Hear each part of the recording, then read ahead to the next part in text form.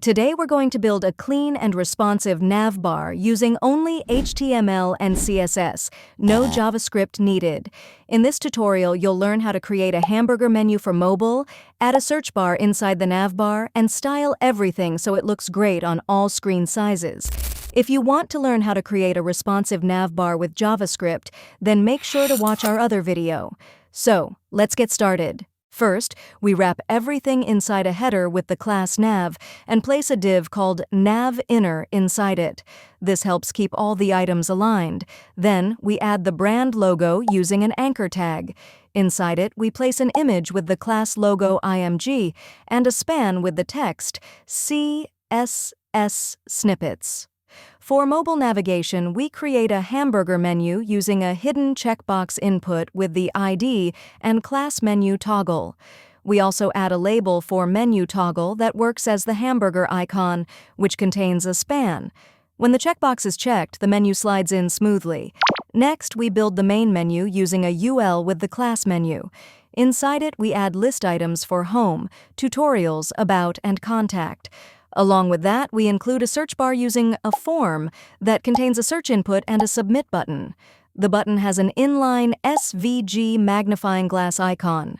If you'd like to learn more about SVG, you can check out our SVG video. Finally, we add a call to action button with the class navBTN. Inside it, we place an anchor tag with the class BTN and the text Get Started. This gives us a clean and semantic structure that's fully ready for styling with CSS. In the CSS file, we start with some basic styles. The body background image link is provided in the description. Next, we style the nav class. The navbar is set to position sticky so it always stays on top while scrolling. It has a transparent gradient background, responsive padding using clamp, a subtle bottom border, a blur effect with backdrop filter, and a high Z index to make sure it stays above everything else. This creates a clean glass morphism effect. Inside the navbar, the navInner container keeps the content centered. We give it a maximum width, center it with auto margin, and use flexbox to align items vertically in the middle and spread them out horizontally with justify content, space between. This makes the navbar perfectly aligned and well-spaced. For the brand logo, the brand class uses flexbox to place the logo image and text side by side with a small gap. We set the text color, remove the underline, and apply a responsive font size using clamp along with font weight. The logo img class controls the logo size, setting both width and height with clamp so it scales smoothly across different screens. With this, the navbar logo and the image are fully styled and responsive. Now let's style the menu. We use flexbox to align the items in the center, add spacing with the gap property, and remove the default list styling. For the menu links, we remove the underline with text decoration, none, add padding, and set a responsive font size using clamp. The font weight is set to bold, the text color comes from a variable, and we add a smooth transition effect. On hover, the links glow with a text shadow, giving them a nice interactive look. Now you can see the nav links nicely, styled with a smooth hover effect. Next, we style the search bar. The search container is set to position relative so the button can be placed inside it. The input takes full width, has padding, a smaller font size, a background color, white text, a light gray border, and rounded corners. We remove the outline for a clean design and style the placeholder text in light gray. The search button is positioned absolutely on the right, centered vertically with transform, translate Y minus 50%.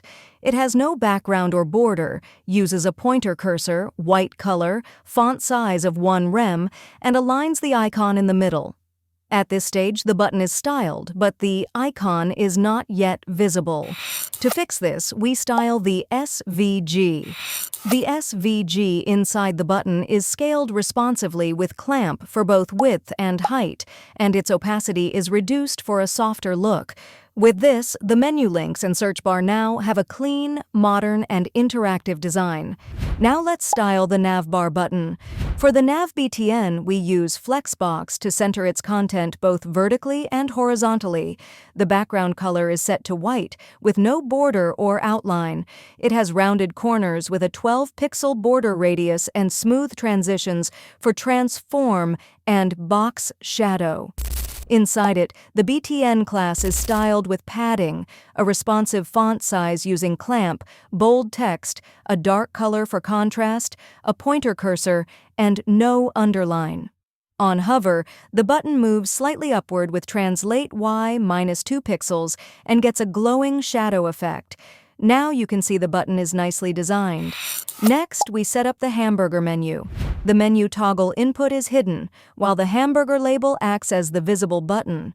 It has a responsive width and height using clamp, uses Flexbox to center its content, has rounded corners, a light border, a semi-transparent background, and a pointer cursor. The hamburger lines are created with a span and its before and after pseudo-elements.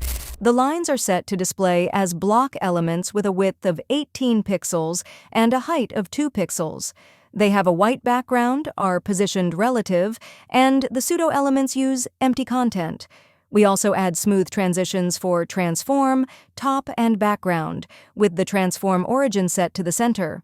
For the before pseudo-element, the position is absolute with top, -6 pixels, and for the after pseudo-element, the position is absolute with top, 6 pixels. Now let's make the Navbar responsive with a media query for screens under 900 pixels. Inside the media query, we first restyle the menu. It is positioned absolutely below the Navbar, stretching from left to right. The layout switches to a column with centered items and spacing between them. The background is given a semi-transparent dark color with a blur effect. By default, the menu is hidden using max height 0, no padding, opacity 0, pointer events disabled, and overflow hidden. A smooth transition is applied to height, opacity, and padding. Each menu list item becomes a flex container centered with a width of 90% and a bottom border. Now you can see the result. When the screen becomes responsive, the Navbar content is hidden, but the hamburger icon is not displayed. The links inside get vertical padding for better spacing. Both the search bar and the Nav button take up 90% width, with some margin at the top. When the menu toggle checkbox is checked, the menu expands to full height with padding, full opacity, and pointer events enabled, making it visible. At the same time, the hamburger icon is displayed.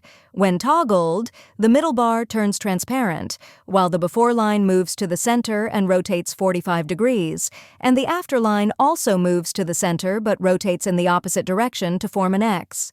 This completes the smooth and modern responsive mobile menu animation.